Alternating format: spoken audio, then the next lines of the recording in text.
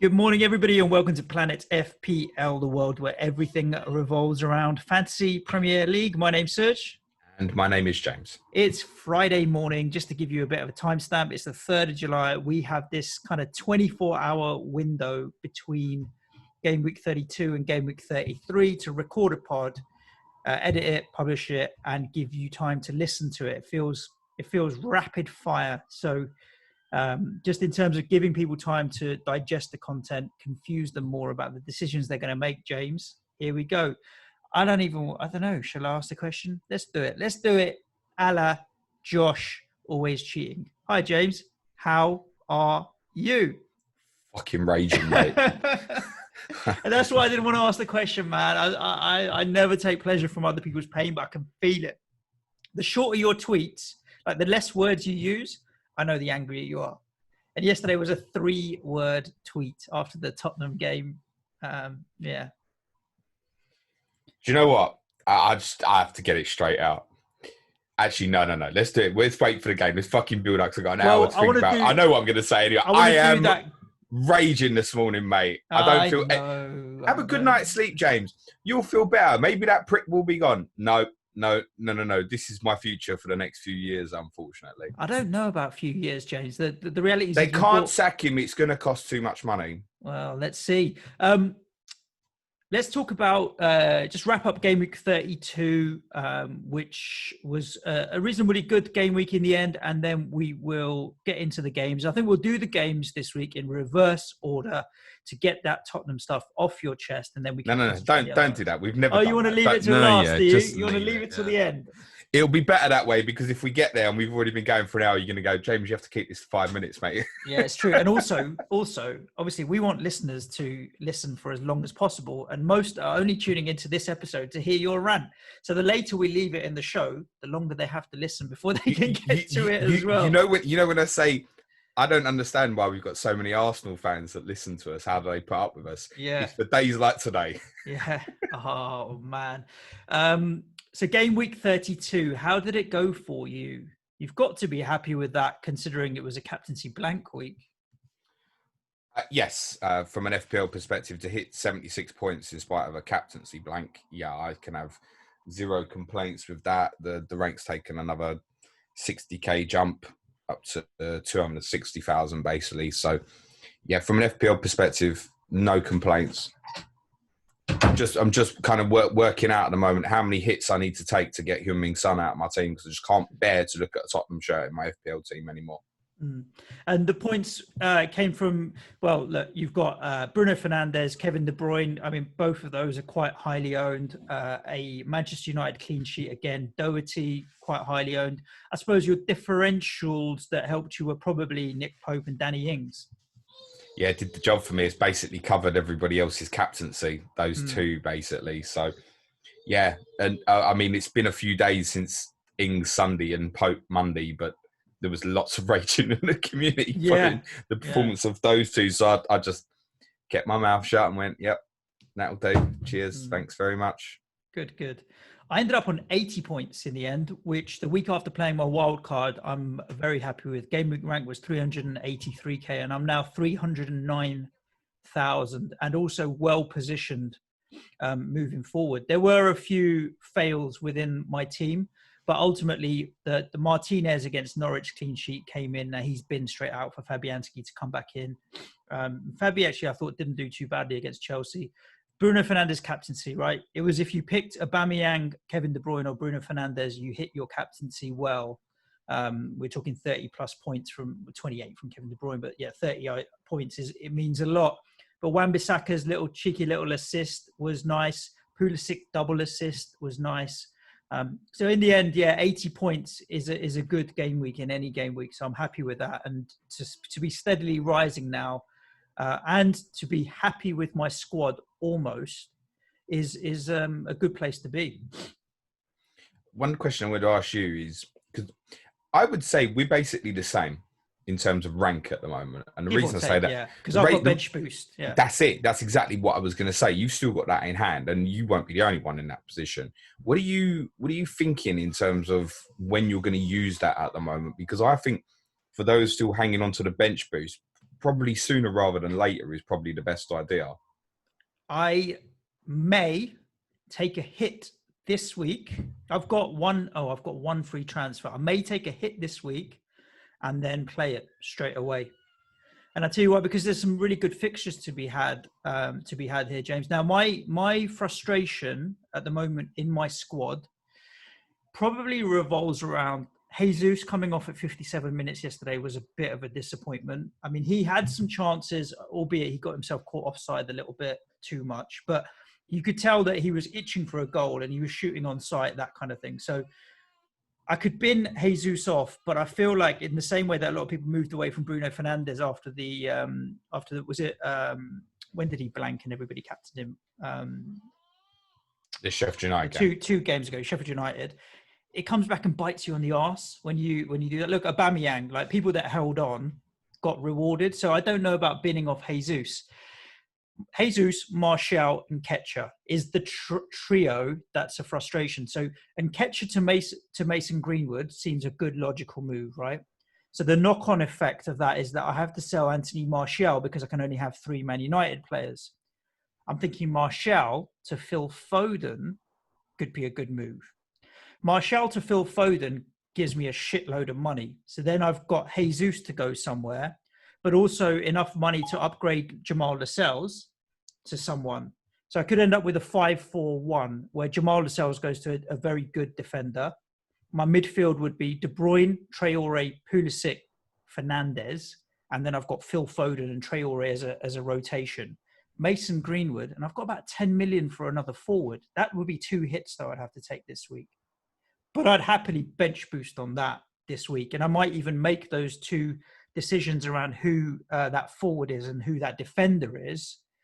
So a 10 million-ish forward and a 6 million-ish defender, purely based on this week's fixtures and bench boost. But taking an 8-point hit into a bench boost is almost negating the value of my bench boost a little bit. Yeah, a little potential. Just looking at the fixtures for you, and I'm wondering with what you've got, and I'm actually trying to help you, if 35 might be the best for you with what you've got. I tell you my fear on if you bench boost this week and end up on that path of De Bruyne, Jesus and Foden. I think Jesus would be binned off, sorry. Oh, Jesus would be binned. So you'd have De Bruyne and Foden from City. Greenwood. So what are you looking to do with Jesus? That's the problem, James, at the moment, where there's not actually that many players that I don't currently own that I'm looking at thinking, I really want him, or I really want him. There's a few that are, yeah, all right, but there's no one that I'm looking at right now with big eyes thinking, I wish I owned him. Or we saw yesterday with Liverpool, like they're still pissed. They're still out on their cash, aren't they? Yeah, so, you know what they are for this weekend, don't you? Yeah. Pissed off. So my struggle is like, there's no one that I really am looking at thinking, you know what, I must go in on. Dare I say it, maybe West Ham. Like, I'm really looking, getting to the bottom of the barrel to find players that I'm looking at thinking, you're going to tear it up and I don't own you. Maybe Aubameyang, but these are all maybes for me right now. So that's why my transfer merry-go-round is a little bit... what about, obviously, you've got room for a Salah or Mane if you throw the funds about. Have you considered that? Not from what I saw yesterday. I mean, Salah of the two looked better. Salah was the one that looked sharper, but Mane got hauled off earlier, and so maybe he'll get more minutes at the weekend. Exactly. We don't know. Exactly. No. That'd have been my faults. I mean, when I did my stream yesterday, I said that, in my opinion, the best captaincy for this weekend is Mohamed Salah. I see no reason why Salah, Mane, Liverpool's strongest team wouldn't play on Sunday, because I think they're going to want to go and respond and go and hammer Aston Villa. Look at Raheem put his hand up yesterday, had a decent game. Yeah, it was good, Sterling. Probably the best I've seen him this season, actually. Kevin De Bruyne, my God. Like yesterday, Superman. And Foden, the two of them, ridiculous. Superman, just, yeah. They were joking in the commentary, right? Every time he had an almost assist that probably wasn't an assist, and how vexed he's going to be getting that he's not picking up these. He could have had 4 or 5 assists in that game. Oh man, that guy he'll take his City shirt It's off and he's wearing anytime any Superman place with underneath. him. Anytime any So, place, so good. he's actually well away as FPL's top point scorer now. He's got a comfortable lead on the likes of Salah and Mane. It's mental. Are you actually on board now with how good Phil Foden is? Oh yeah. I And told you, mate. I mean, yeah, it was no. Well, we'll talk about the games when we get to the games, because I think yesterday's game was quite interesting. So I'm in a little bit of a conundrum, James, as to I don't know who I want to replace the players I've got, so I may just roll with it. Look, Jesus came off early. I still think Jesus will play at the weekend. I still think he'll start as a striker because he's the only recognised striker that they have. I think there will be a game between now and the end of the season where Jesus will probably get a hat-trick. Yeah. But you asked me to pinpoint where. I don't think it'll be this weekend, by the way. And I feel he's getting a lot of criticism, Jesus, but he's doing little things which I think are fundamentally helping City's attacking midfielders, actually. He's pulling defenders away and stuff. Where he does have a little bit over Aguero is when he's coming to the ball, and I think, and he's drawing exactly what you just said, drawing people away. And I think that's having a benefit at the moment on the likes of Mahrez, De Bruyne, Foden, and Sterling, who essentially were Mahrez obviously didn't start, he came on and basically scored as well. And Sterling, he's having a real positive impact on all of them at the moment. One of the things I'm thinking of, I mean, Marcus Alonso is an obvious bin for me, but I'm looking at it actually and beginning to think I've got Laporte and De Bruyne at the moment, and I'm leaning towards Foden and Mahrez, thinking if I've been Laporte now, and then I'm begin to think about switching that around. Mahrez is the one who, if I don't get this weekend, I'm going to shit myself, I think. Bear in mind that he didn't start last night. The Leroy Sané situation is basically forget about him now. Correct, yeah. Therefore, I mean, the first choice right now looks like Sterling left, Mahrez right. And I feel with Aguero's absence, that feels stronger at the moment. The one looking ahead to be very cautious of is probably game week 36 when they play Bournemouth at home, which it looks nailed on to want to captain one of them. And we don't know actually we do know it's going to be the Wednesday before they play Arsenal in the semi-final, because again, after the game last night, Guardiola was talking about the Arsenal game again in terms of, Liverpool have officially won it now. That's where the priority is going to be, the Arsenal game, and then the Champions League afterwards at the end of the season. So the Bournemouth game before Arsenal in game week 36, even though it's clear captaincy, is going to be through your fingers waiting for that team news. Yeah, I probably will hold Jesus just because it doesn't seem sensible to sell him before a run of Southampton, Newcastle, Brighton, Bournemouth, 4 games. If I get 2.5 games out of him, he'll probably return for me. Those defenses, Newcastle's actually is all right, but Newcastle's is always all right against the lower teams. I feel like City could still, like Burnley, for example, they've got a good defense most of the time, except when it comes up against City, who just slap you on in the face. So I don't think I'll be selling. I probably won't sell Jesus, almost because the fixtures are okay, and I don't have anywhere else that I really want to go. No one else is really saying, come and buy me. City's running is disgusting. It's disgusting. I mean, Liverpool have a great 3 now as well. I think the final 3 are tougher. All of City's 6 now, they've got clear of the Chelsea-Liverpool games. It looks disgusting. And I'm generally of the opinion at the moment that you want the attacking guys. I think they will. I wouldn't be surprised if they keep a clean sheet in every game left. But I'm beginning to think, right, ceiling-wise, do you know what? If any of these guys miss out for me at the moment, 1 point are they're going to play final half hour, whereas you've seen Foden against Arsenal, Mahrez disallowed goal at the end of the game last night. He can still come on and return, by the way. And the damage they could do is massive. So I think I'm going to lean towards that way. I'm not in a rush to get Foden because he played the 90 yesterday. Mahrez is the one. If I don't buy him this week, I'm going to be scared of, I think. Foden is the biggest headache of them all, in my opinion, because we saw when he plays, we saw what he can do yesterday, goal and assist. But he's at that cheap price point where when you look at your squad, if you've got a Foden versus a Pulisic, for example, Foden by default, probably because of his price, is the one that you end up benching. But he's the one that's going to give you the most regret when you bench him by banging in points if he plays. It's the biggest risky one. So if I buy Phil Foden, I will want to play him because I feel the regret of not playing him and then him doing what he has been doing is going to hurt. But I think you can make a week-to-week decision. So, for example, if I owned him now, it very much depends on what your bench looks like, right? I'm in a position where I'm going to give myself benching headaches every week. That's fine. I'd be in a position where I'm probably thinking he doesn't start against Southampton at the weekend. It doesn't mean I'm right or it doesn't mean I'm wrong. That would probably be my opinion. But you are right to say to leave him out is a massive risk. I mean, it's where you're talking about the fear of not owning Mahrez. The fear of owning Foden and benching him is just as bad. I mean, the flip of that is the way the fixtures are working from now. It's obviously 3 days Southampton, 3 days to Newcastle on the Wednesday. And then I think they play on the Saturday against Brighton as well. So it's another 3 days. You can't see De Bruyne starting all 3 of them. I mean, he's Superman. He can do anything. I'd kind of want to be in a position where he's left out this weekend.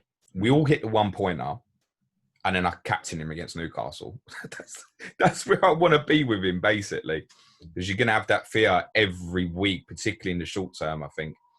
I wouldn't sell De Bruyne, no. It just wouldn't enter my head to even forget the value. Just I wouldn't want to waste the transfers getting him out and getting him back in. Yeah, not a chance. Just suffer the 1 point with everybody else if that's what it ends up being, would be the advice. I wouldn't captain him this week. It's like TAA 0 points yesterday, right? It hurts, but because everybody else is on it as well, it hurts that little bit less. I have to give a shout out right now to our friend Steve at FPO_Woollyback, because he tweeted yesterday about how he benched TAA. Then after the deadline, looked back at his team, was like, what have I done benching TAA?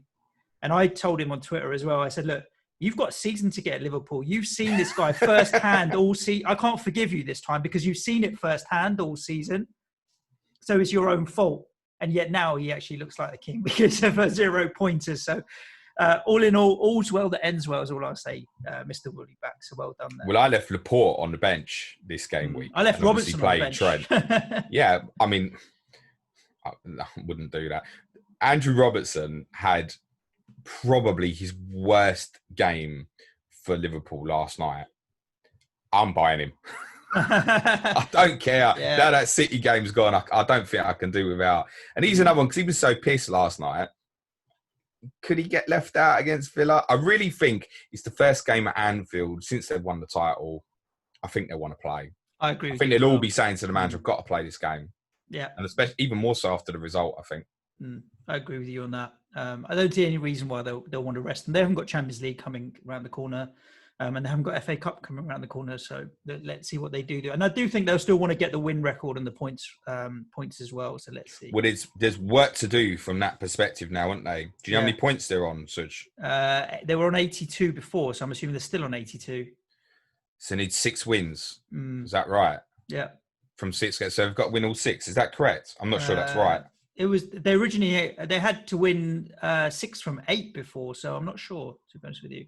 They're on 86 points, Suj. 86. Oh, sorry, they won 2. So they won 14 points. So they need 4 wins and 2 draws or 5 wins.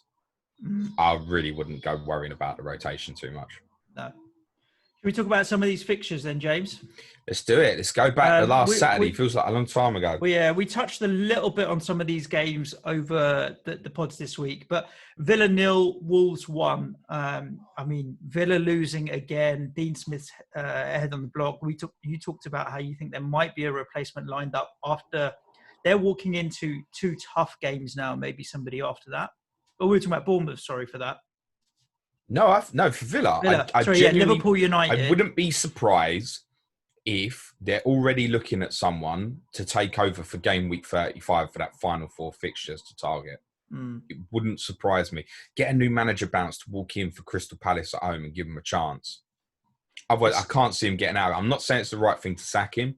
There was a lot of rumours before lockdown that he was done following the Leicester game, and then I guess things stabilised and it confused things.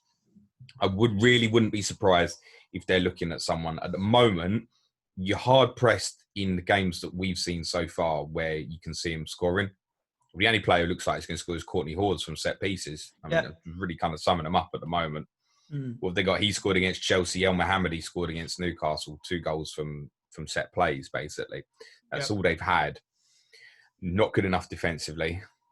I really think you can be targeting them for the next 2 games to captain your FPL assets against them. And certainly would have no fear about that. Yeah, bleak for them. Really bleak. He tried a different system where it was basically a diamond. That's what I'd messaged you when I saw the teams and said, I think it's a diamond. They're going to try and get Grealish back centrally and flood the midfield, which was all well and good, essentially, till Traore come on, and then Wolves scored 2 minutes later because Traore suddenly cut straight through them. And people begin to panic just by his presence. They panicked. Jimenez played a great ball. It was obviously Johnny's assist. In spite of what Darren Fletcher said on the BT commentary, very well taken by Dendoncker. The one thing about Dendoncker that's really interesting is Bradley Parker had highlighted this, and I think that, to be fair, BT highlighted it during the game as well. Was it the one thing he has against, say, Moutinho and Neves when they play that different system of 3-5-2 rather than 3-4-3? Is Dendoncker really has the legs. He will generally, if he plays for 90 minutes, he'll get through over most distance covered. And think all the way back to pre-game week 1.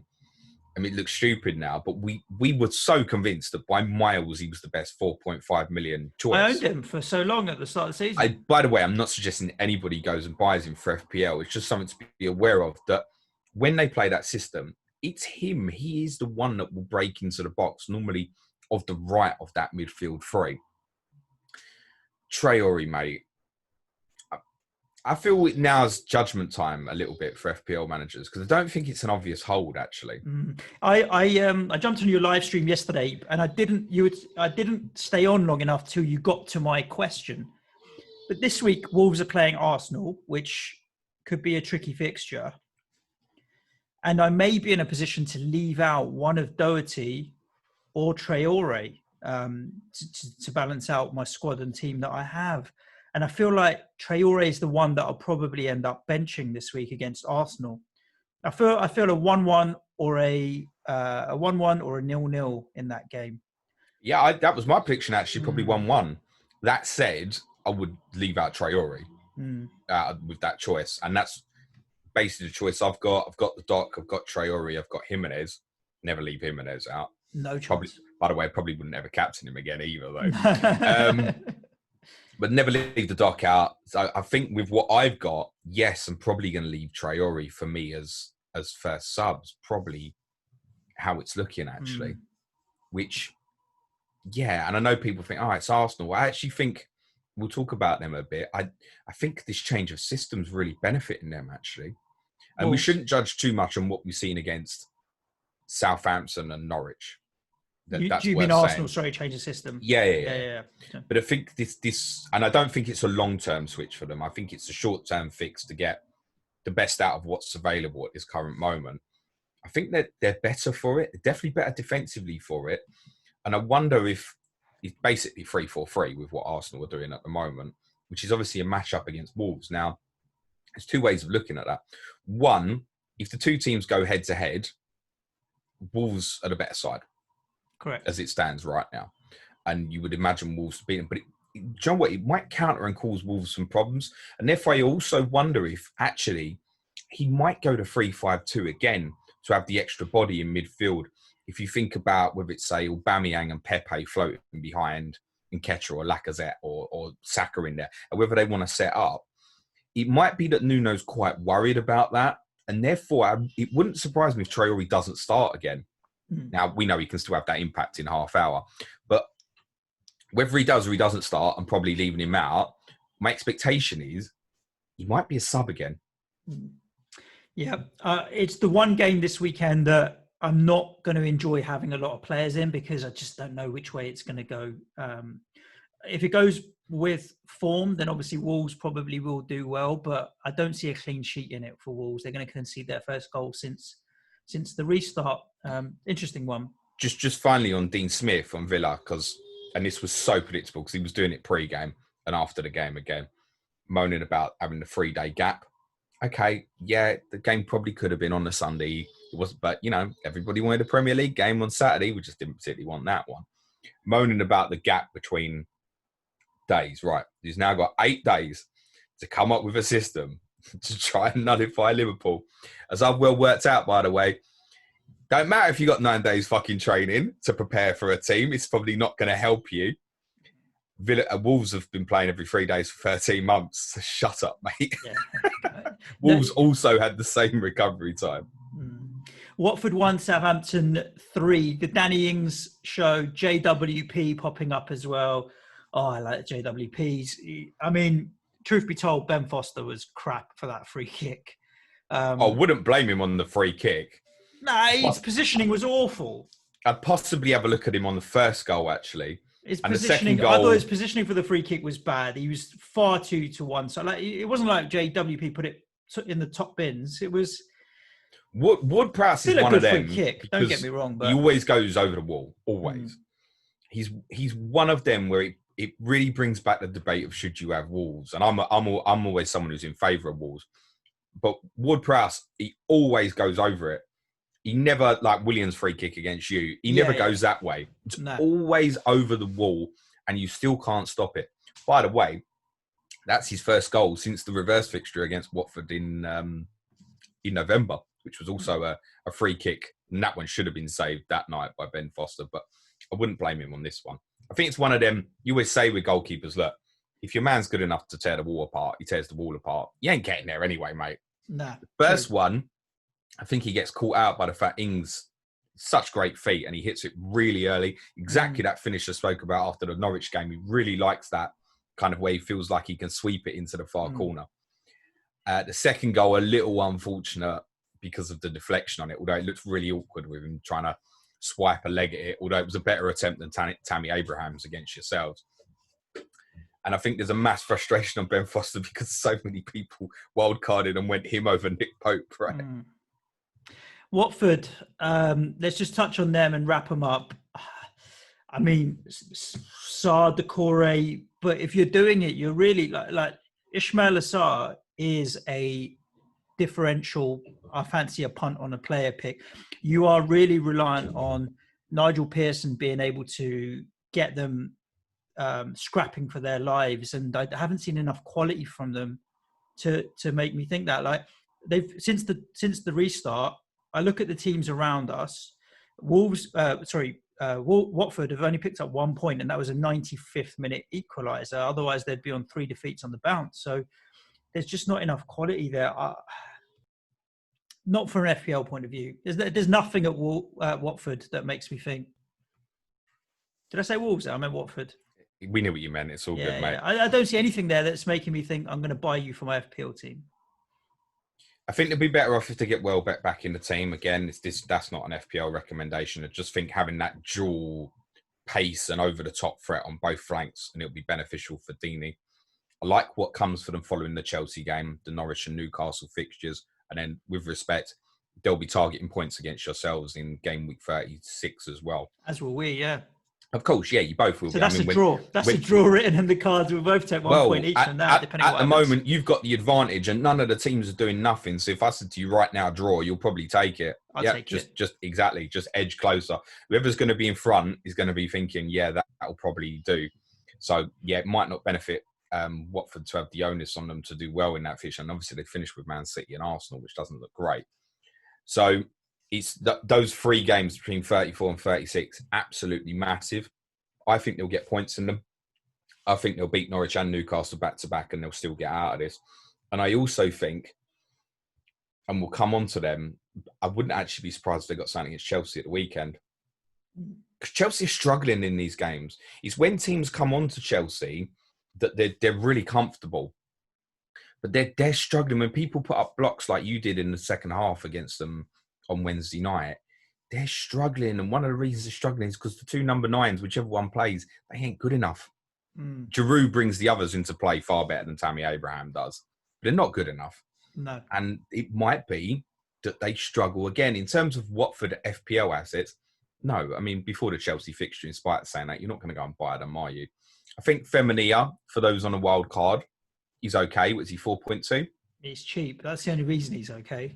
Well, it might be that you look at, for example, if you want two cheapies and you're really planning on a 3-4-3 and you're on your wild card, for example, something like Femenia for the 34-36 and perhaps say Lewis Dunk, for example, 36 to 38 might offer you a nice rotation, that kind of thing. So wildcarders will still have a look.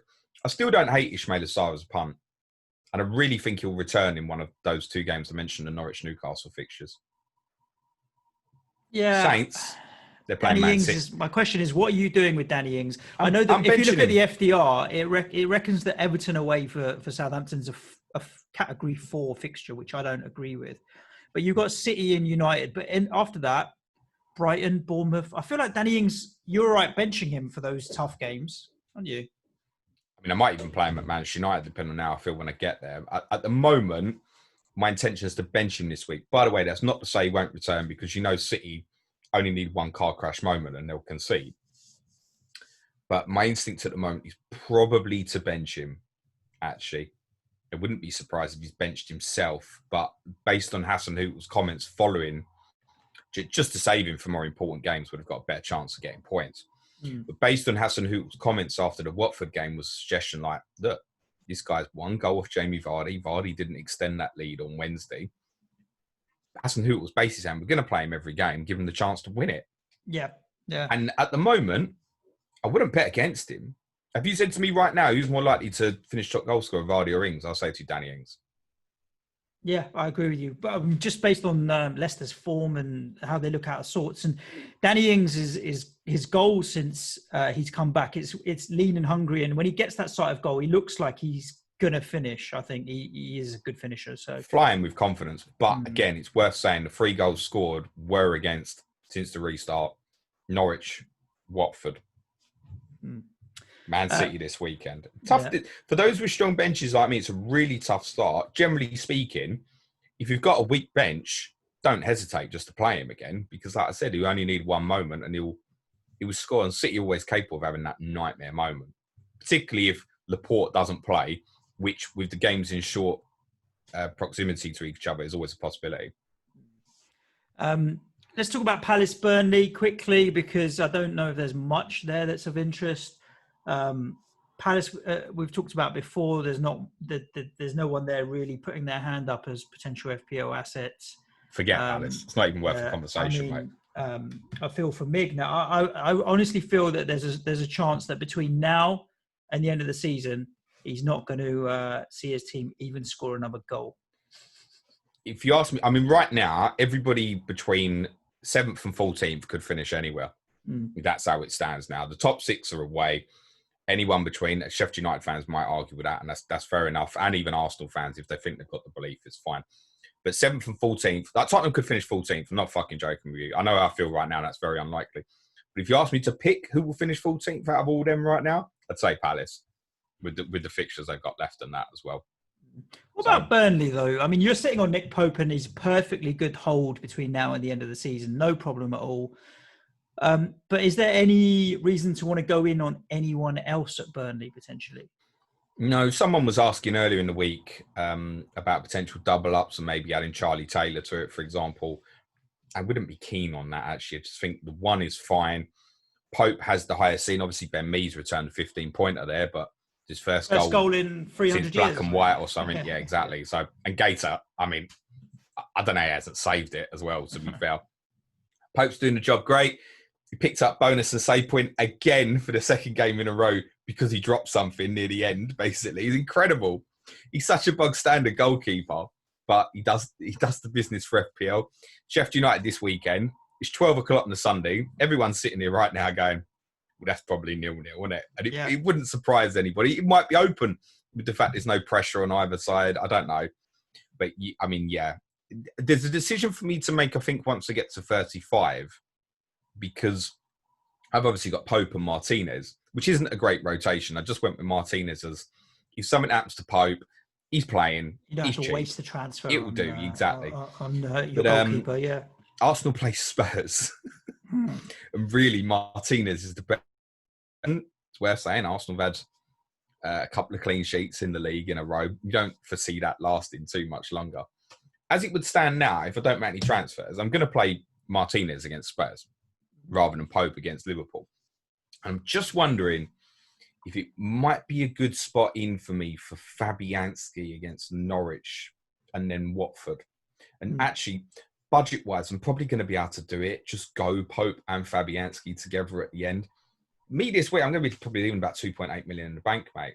Nice. A little bit like yourself. So there's not that many players putting their hands up. I mean, we're going through the games here. There's a few teams that have a few players that have done particularly well. I'm generally happy with the majority of what I've got. I'm probably about to make 3 transfers this game week. You got 2 minus frees, 4. so. I've got 2 frees. So it might be that I come back and look at that. And that's the other thing, obviously, to be aware. It's nice to look on paper and go, yeah, Sheffield United in 30, 33, West Ham afterwards. Liverpool and Wolves 35, 36 doesn't smell so great. Wolves is okay, actually. It's not. I don't think it's a fear playing Pope in that one particularly. Though against Wolves, he probably, ironically, won't pick up any save bonus, even if they did keep a clean sheet, strangely. Brighton 0, Manchester United 3. Let's wrap up Brighton briefly enough. They sat off too much and let United have the ball from minute 1. The first 2 or 3 minutes, I was like, if this is copy paste for the next 88 that are about to come, these guys are going to get their asses handed to them. The interplay between Martial, Rashford, Greenwood, Fernandes was neat, tidy. I liked it. Fernandes, you've said it before, he'll shoot. He's got a sight on goal. He'll have a pop. And from when he hit the post early on and stuff, you thought, okay. It's an own goal, by the way. Fill my boots. I am a Bruno Fernandes owner, but I think that first goal should be an own goal. Yeah. And I think he might get it taken off him. Not that it matters for fantasy managers. On Brighton, just briefly, I'd spoke about this possibly being a challenging test for United. And I made the fatal mistake that everybody else tries to do with Brighton. It's why you can't go near their assets unless really you're going for the goalkeeper or dunk, basically, in FPL. Is trying to second guess how they're going to play. And I've really thought they were going to go with this 4-2-2 and really challenge to play centrally against United. Challenge in behind Matic, put people like Moya, McAllister or Gross or whomever in that area and challenge them. And they didn't play that way. And in the second half, they changed to that. And for 5 minutes, they were good. And then Manchester United scored again and then deflated. The plan's gone. At that point, you might as well save the legs. I feel like when I saw the team sheet, like Gross, Moy, Mope, all on the bench, did surprise me. But having said that, they've rested all these guys now. Their next game's against Norwich. And it feels like if Brighton beat Norwich this weekend, you'd basically say that Brighton was safe and Norwich were down. So if that happens, I don't mind that they rested all those guys against Manchester United, to be honest with you. So I really feel like this is it now. Brighton beat Norwich, and you can say Norwich are down, Brighton are up. And then we move on from there. So let's see what happens with that. I'll have a bet with you that that's one of the best games to watch this weekend. I mean, how are we going to judge? By watching it. Let's see. We'll let the audience decide. We maybe put a poll out or something. Which you pick 2 games. I'll pick 2 games, and we'll see which one wins. But you never know. It might well be actually one of the better games to watch. I mean, Norwich are shocking at the back at the moment. So Mope and Trossard and Gross and Moy could do some damage there. United, the debate will still kind of rage on. Fernandes is the one. You pick one out of Maguire and Wan-Bissaka if that's your thing. But then now Mason Greenwood wants to come to the party as well. Yeah, I'm all over Mason Greenwood. I've no regrets on not buying him for the game week gone because I had so much in terms of depth anyway to be leaving people like Laporte on the bench, for example. And originally, of course, I was going to leave Danny Ings on the bench. Big shout out to Rockstar as a reminder. Thank you very much. So I had enough on the bench anyway. So I don't think I'd have started Greenwood. But it's now absolutely firmed up in my mind now that he's going to start up front. And one of the real benefits of United at the moment is spacing of games.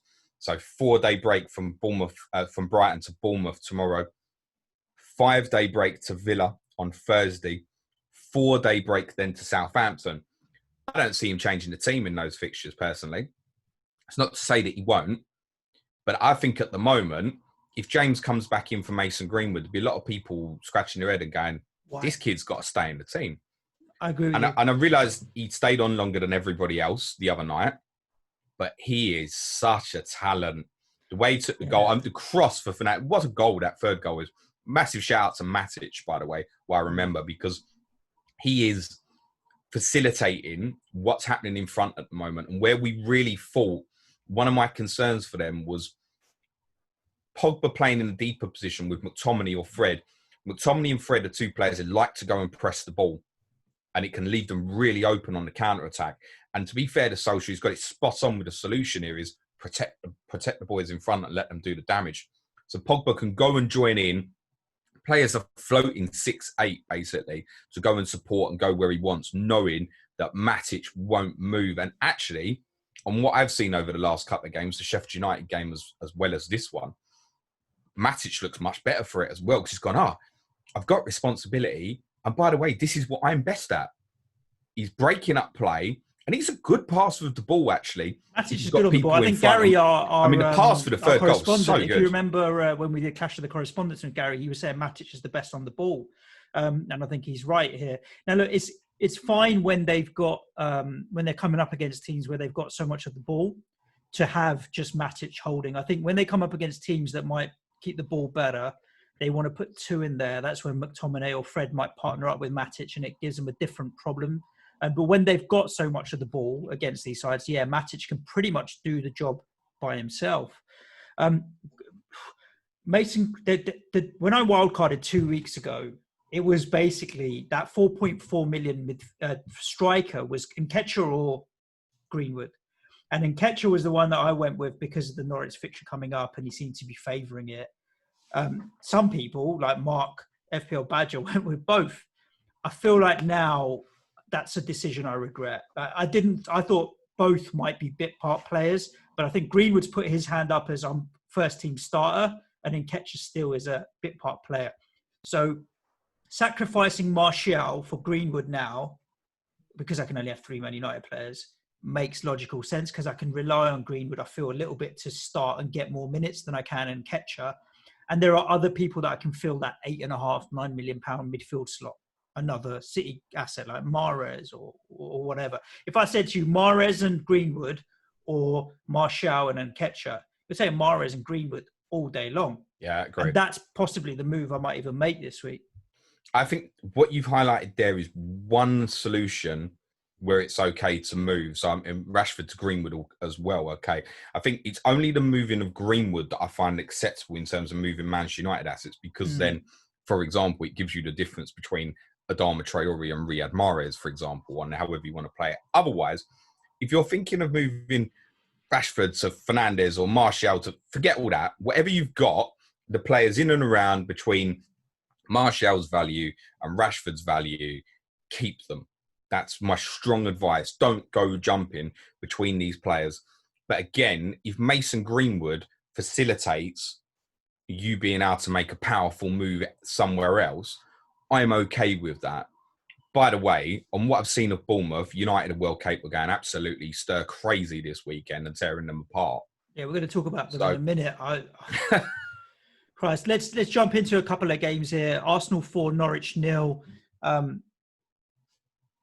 Like you said, with Villa being someone you can target, Norwich are 100% someone you can target against. They've got no defensive players. They've got no defensive coverage. They've given up. The thing is, they came up to the Premier League and didn't throw about shitloads of money. And they didn't put themselves in a position where if they go down next year, they're screwed. Like Villa spent nearly £100 million, right? Very different strategy. So fine, because like Burnley came up, went down and came back up again, and they didn't overstretch themselves. Norwich, I think, will probably do the same. It's disappointing for their fans, I'm sure, and I know a few of them are upset, but it's a long-term safe plan that they've put in place. But Norwich, I don't see anything from at all. I think where Norwich fans will be disappointed was not playing Cantwell and Pookie against Everton, personally, the previous game week, and looking at the Manchester United game and seeing the amount of heart they showed. in hanging on against, you know, the 10 men in extra time. I mean, most neutrals were watching that, willing them to get the penalties, thinking, Krul will get them through here. It will be amazing. Yeah, it's like, where's that in the league? That's the frustration, isn't it? Well, they're not helped again by the injury crisis. Obviously, the red card in that game meant that Alex Tettey had to play at centre-half against Arsenal. Writing was on the wall. Well done to those who were brave enough to captain Aubameyang. Congratulations. With Norwich, I mean, FPL asset-wise, you're not. There are better, cheaper options like we've mentioned. I mean, throw Saka back into the conversation now. We're talking about them as better options than Cantwell, for example. I think if you're sitting there with Timu Pukki in the squad, even though it's Brighton this week, I'd be thinking about binning. Personally, he looked to me in the cup game well out of sorts. Like confidence in a bad place. That's not going to help them either. I didn't watch enough of the Arsenal game, in fairness. I was mainly watching Everton and Leicester. Plus, I'm not going to sit there and fucking enjoy Arsenal smashing someone. I don't want to watch that crap, right? So, but no, nothing to look at in Norwich. Arsenal, interesting because, like I said earlier, this change of system, which I think is potentially going to really suit them at the moment, is getting the best out of the sum of their parts. It allows them to get David Luiz back in the team in a position where, all jokes aside, when he's got protection either side, he has the ability to be a great sweeper. He's very good, yeah. Whether he steps off deeper or whether he wants to step into midfield, he should be quite comfortable with either. We know his range of passing is great. And from that perspective as well, Arsenal actually right now are one of the better teams of getting from back to front quite quickly. Where they struggle is the transition in midfield of turnovers. But in terms of on the ball from deep, let's not say long, because Luiz will fire massive passes. They're not long balls, they're passes, right? Gets them from back to front really quickly. And I mentioned this about when they obviously got well beat about Man City. I liked that the team was flooded with players who were quick, could get about the pitch. And I feel they can rotate at the moment and it works quite nicely. I think we can probably expect Saka to come back into the team. Obviously didn't play against Norwich. And he's been excellent for them very recently in multiple different positions as well. I think they're one of the few sides at the moment who are showing variation in terms of how they can play. And they might even give Wolves some trouble at the weekend. I expect them to give Wolves a bit of trouble. FPL perspective, the only question here is what to do with Aubameyang.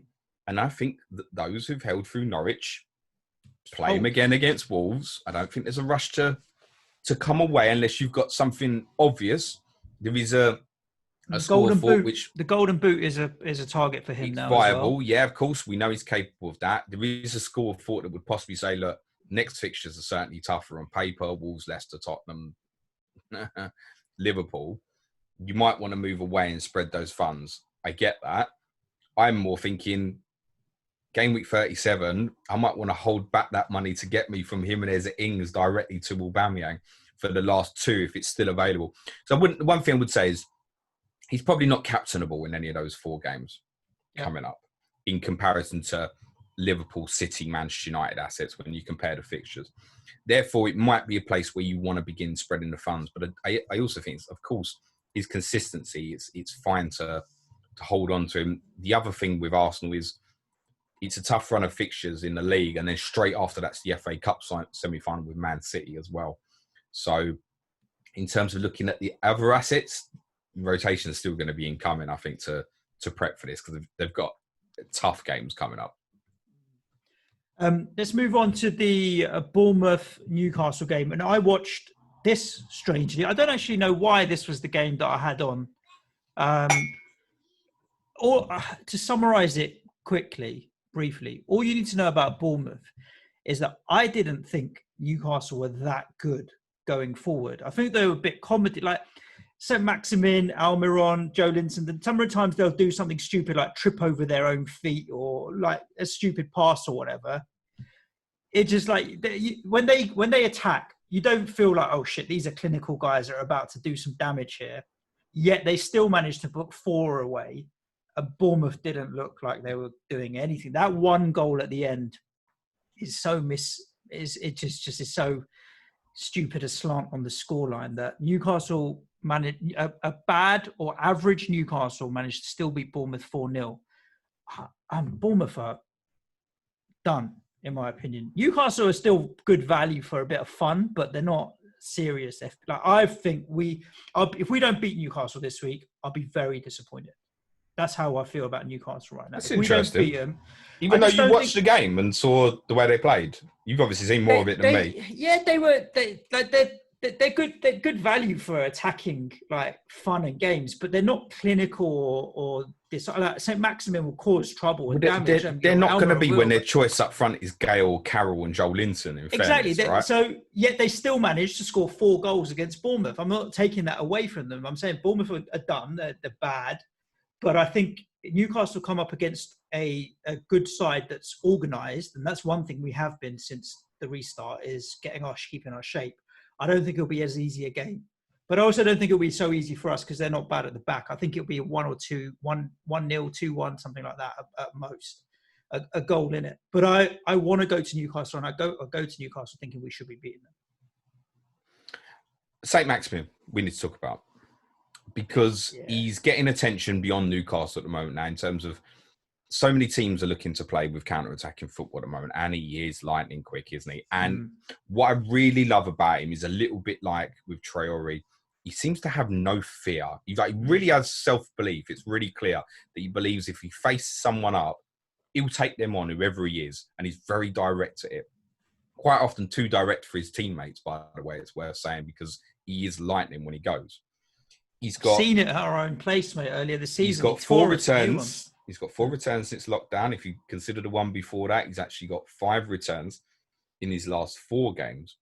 It's 8 returns for the season, which, do you know what? At 5.5 million as he is now, he's kind of roughly probably where you're about expecting to be.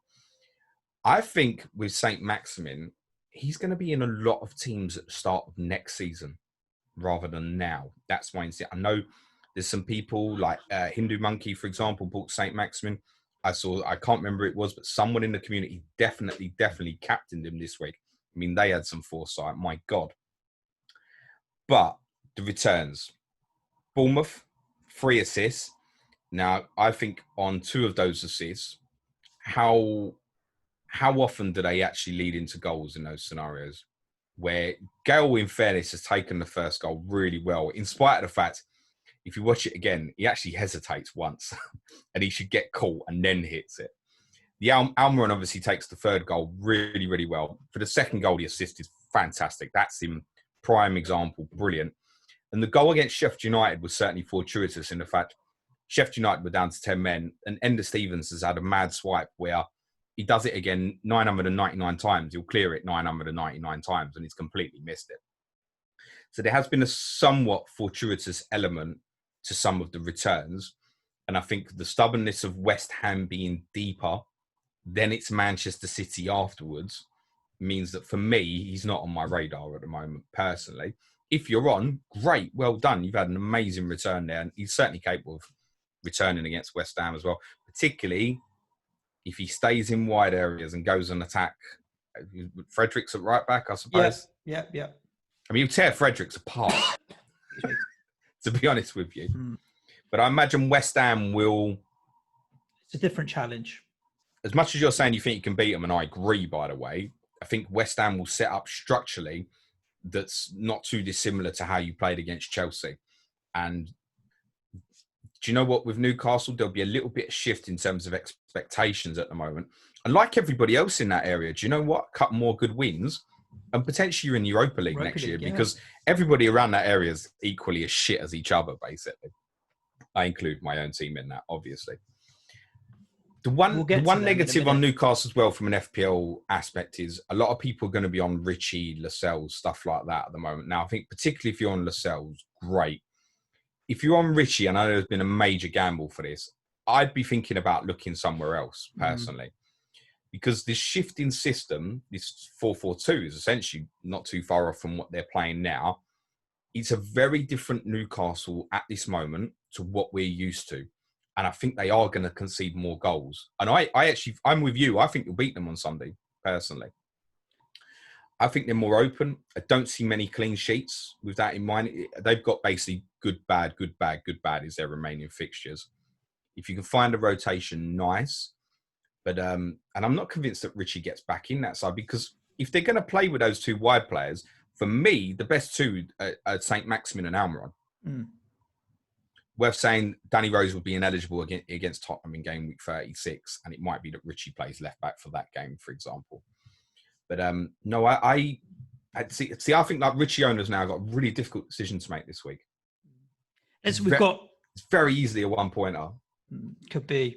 We've got 4 games to get through, James. Let's quickly touch on Everton Leicester, because I don't think that and those 4 games include both of our teams, and we know we like to go on about our own team. So Everton Leicester, I'm not looking at any Everton players. DCL, are you binning DCL now? Or are you going to hold him a little longer? Probably yes, but Tottenham make me want to keep him. It might be that in terms of fund wise, and I've said I've left a lot back in the bank. If I decide to keep Son and make a different movement, I might actually decide to sell Ings rather than Calvert-Lewin. And it's not, I'm going to lose the value, but it's not going to be a difficult one to get back to if I want to. But I will probably sell Calvert-Lewin. Yes, is my instinct at the moment. I feel Everton did all right.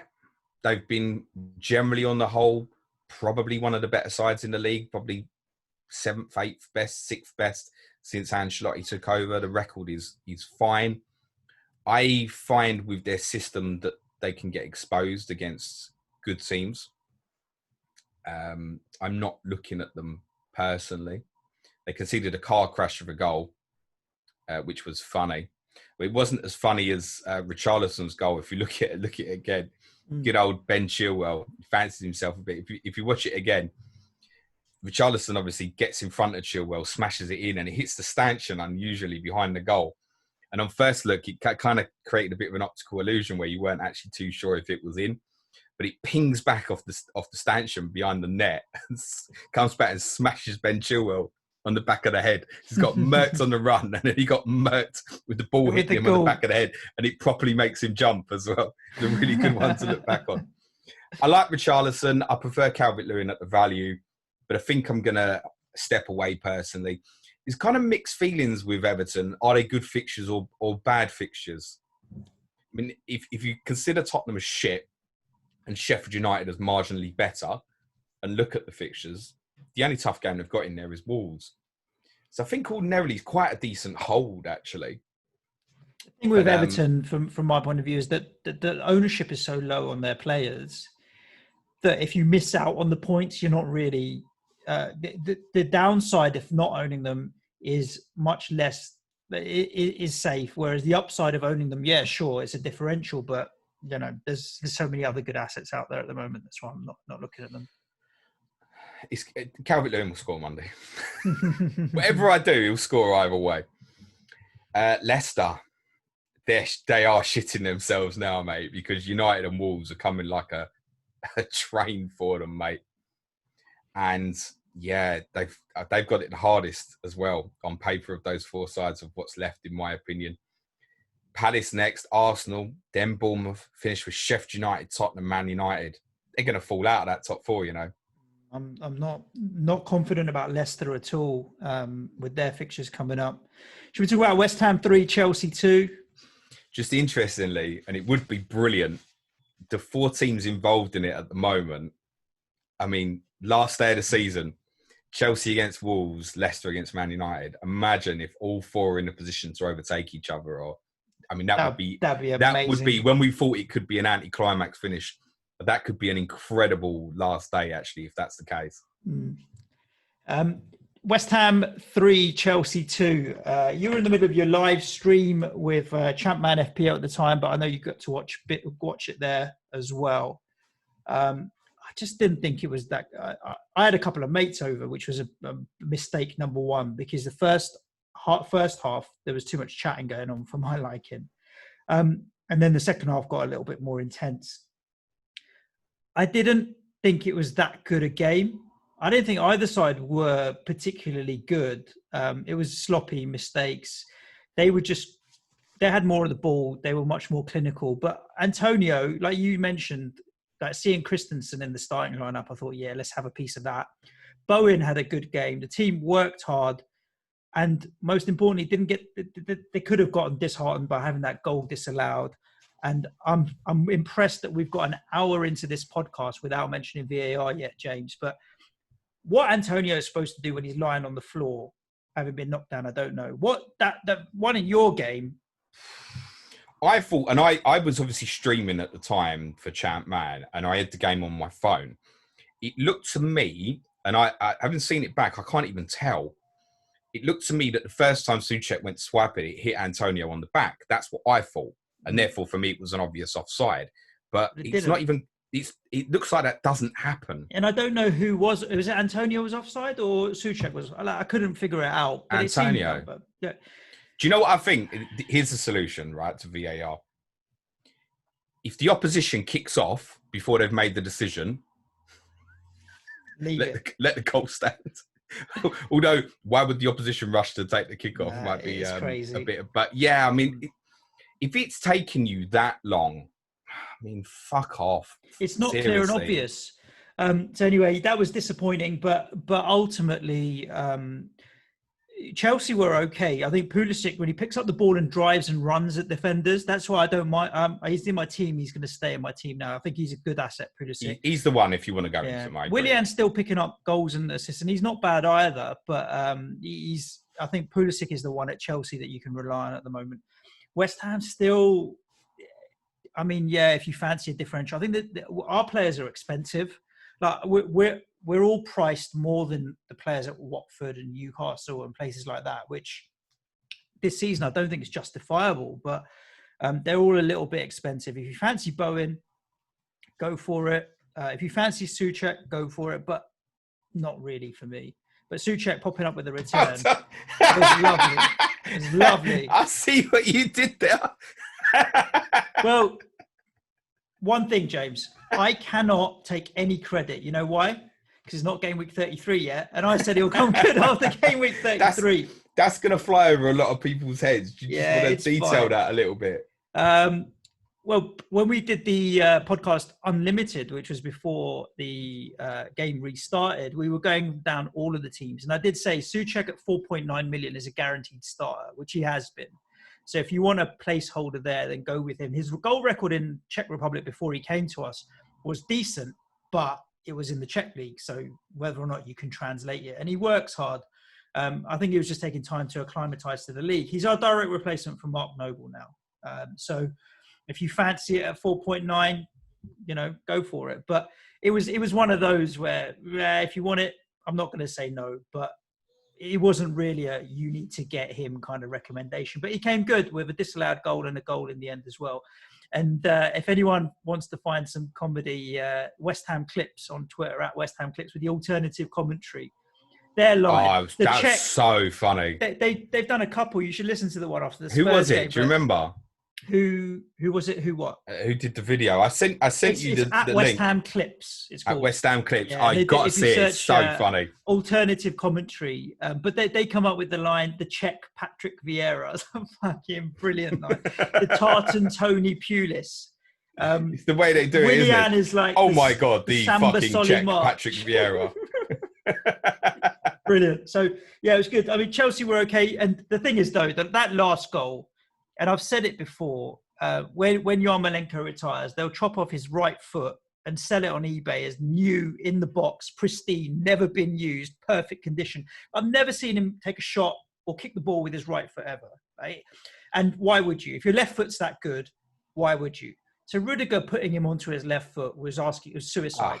Because Yarmolenko with his left foot is deadly. And yeah, as soon as he cut in on his left, I thought as he was running into the box, he was going to have to lay it on to Antonio.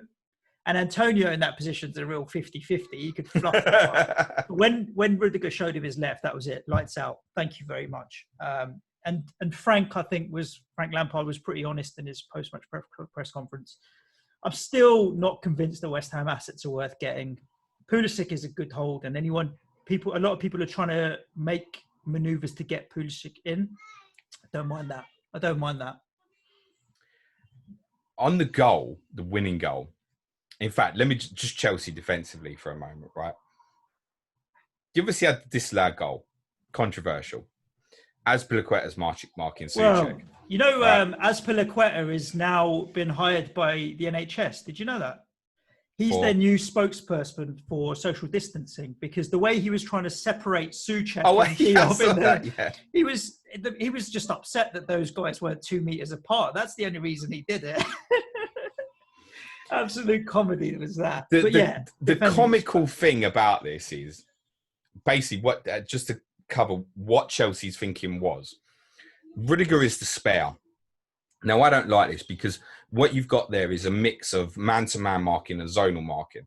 Now, the theory there is with Rudiger staying central and not actually man-marking someone is anything into that area is his responsibility to head it. Now, from a certain perspective, I understand that because he's the best header they've got in the team. However, you could see that they were going to miss him out, go round the back, a little bit like a la Burnley corners, where they often target that round the back, and Suchek was getting isolated against Azpilicueta. They got a warning. They should have fixed it. It's fucking naive. It should be in play. I wouldn't blame the manager on that, by the way, because you set up in a certain way. Then people on the pitch should take the responsibility to say, this feels like a problem. Azpilicueta is experienced enough to go, do you know what? I've got a problem here. We need to look at this because this is what they're doing to us. And sure enough, it wasn't long later. That's where the goal came about. And Tammy Abraham on the line. What is that? On the winning goal, I mean, there were so many assets of that goal that exposed Chelsea's problems in games like this when they're then counter-attacking. Alonso's backtracking, non-existent. I think in fairness, he thinks it's all right because Rudiger one-on-one against Yarmolenko. Yarmolenko won't do him. Then he realises once Christensen steps out like a dickhead, they're fucked, basically. And it took a long time, but in both the second and the third goals, you can see the problems that Antonio has given them, right, in terms of his backing in his physicality. Yep. And the spin on the 1-2. And then, to be fair to him, the weight of pass to Yarmolenko was fantastic. Yarmolenko does well to come back inside Rudiger. I wouldn't say he showed him that way, but he should have made sure that he couldn't go that way. Rudiger should have positioned his body to say, I'm going to almost let you go one-on-one here. Like, do you remember when Van Dijk did that to Sissoko? Yeah. And he stuck him on his left foot. Like, do you know what? I'm actually going to let you have the chance here because I trust you can't do it on your right foot. And he left himself in a body shape where he was going to get absolutely battered. And from someone I think is quite a good centre-half, it was really, really poor. And Chelsea, it's Watford next. Might find, like I said, if Danny Welbeck plays as well with Sarr on the other side, they might find they have similar problems here because same thing. They're going to dominate the majority of the game. The majority of the game's going to be in Watford's half. But if they break properly at the right time, with Sarr on one side, Welbeck on the other, and Doucouré coming through in midfield, they'll get them at some point. And that's why I say I wouldn't be hugely surprised if Watford got something against Chelsea at the weekend. On your boys, one simple question, and well done, by the way. You would have watched I shouted goal when you scored, mate. I did a you know why, didn't you? Because I was still stupidly thinking that my team wouldn't fucking let me down last night. Might be able to catch something up there, yeah. Yeah, I punched like I said, I've got a sneaky that Chelsea might drop points again on Saturday. And from an FPL perspective, Antonio or Bowen, because we've always highlighted this, game week 33, Newcastle doesn't look as appealing as it did previously, but I actually now disagree with that. If you had to buy one of them right now, which one would you buy? Bowen. I agree with that strongly. On corners, free kicks. Obviously, the goal came from a corner where he whacked it in. I would take Bowen all day long. I think his position's nailed. I mean, Antonio's is nailed, to be honest, because we've got no other strikers. But I would take Bowen right now. I strongly agree with that. I'd said, it might have been on one of our Patreon pods, I can't remember, but I said earlier this week that I have more confidence in Antonio doing things when West Ham are going to have more space on the counter-attack in these sort of games, when they'll go really direct into him against a Chelsea or a Tottenham, or even, we've seen him score against the likes of Liverpool before on that, right? He kind of fixture-proof from that perspective, but I also don't feel he's going to haul for me against a Newcastle or a Burnley, for example. No. Whereas I think, like you said, Bowen on the set pieces, he'll shoot from anywhere if he steps in. Yep. I think he's a really good player. Would you have any fear on Yarmolenko's having an impact on Bowen starting? No. Again, I agree. Bowen's been too good and instrumental so far. So yeah, I don't think so at all. No, I think Yarmolenko will become an impact player between now and the end of the season, though. Right. Where's the Brandy? We've been waiting for this. You can't put it off anymore. When you hire a defensive manager, and then you defend like that, and that's first time Sheffield United scored 3 this season, is it, in the league? Possibly, maybe. It's the first time they've done that since 1984 or something, I think, wow. mate. No, not quite. I'm obviously exaggerating. They beat us 6-0 in 1992-93. I hadn't realised we hadn't won there in the league since 1975. Let me ask you a really good question. I think the reason that I'm asking this question, a really good question, right? So the last goal where McBurney gets in front of Davinson Sanchez had no idea. He was banging the ground or whatever in frustration because McBurney had got in front of him. But it's his job to know where the striker is. That's not Mourinho's fault. That's Sanchez being sloppy. Is it? And you put a tweet out saying, look, please sack him. And I read, there was a lot of comments in there, and I read a lot of them. And there were a lot that were saying that Mourinho set the team up well. And you even tweeted before the game, I like the way you set the team up. And a lot of people were defending Mourinho, saying it's not his fault when the players do dumb things. So my question really is, and you're of a pretty opposite opinion. So tell everybody why you're laying the blame firmly at Mourinho's feet. When I see things like what Sanchez did, I'm like, that's Sanchez's fault. That's not Mourinho's fault. He should know where the striker is and not let him get in front of him so easily. Or who scored the second Mousse being left unmarked in the middle of the box like that. I mean, let me firstly, just to cover that bit, extend on what we definitely did discuss on one of our Patreon podcasts on Wednesday on Tottenham, was about tell me who he's improved as a footballer since he's got there. It's just a single player at Tottenham. Who would you say, oh, do you know what? He's a better player now than when he walked in the door. And I'll open that out further and say from the moment he walked in the door at Manchester United to the moment he left, who improved there? Yeah, I mean, it's a fair point you're making. He hasn't, through coaching, improved anybody, in my opinion. Right. So is Aurier playing better? He is a manager who specialises in minimising risk. That's his greatest strength. Right now, he can't even fucking do that. Do you know what? I've been in a position over the last couple of weeks where I really want to get on board with this. I was like, do you know what? Reset. Even Manchester United, I was like, you know, I'm not going to judge that, how defensive it got. If we win 1-0, it's fine margins. Everyone's happy. No problem at all. 9-day break. 9 fucking days to prepare. You know exactly how they're going to play. And all of their goals were exactly the same. And O'Connell's missing as well. Exactly. And Fleck, 2 of their best players. So already you're looking and going, Robinson, by the way, decided to overlap properly. It was good, but I also think it was part that Spurs allowed it. And the missing Fleck, that direct running from midfield. And you can also argue Lundstrom is obviously very good at that as well, if he's selected or not, right? Yeah, in the second half, the amount of space he had driving into your box and stuff, I thought he was all right. Who? Lundstrom. Is he number 7? Was he wearing didn't number play, 7? mate. Well, who wears number 7? Lundstrom. We didn't play, mate. What game were you watching? I'm sure whoever was driving into the... I thought it was Lundstrom because he wore number 7. I was confused. I thought Osborne played really well for them, particularly in the first half. And the left-hand side of the pitch was a particular problem. But your left.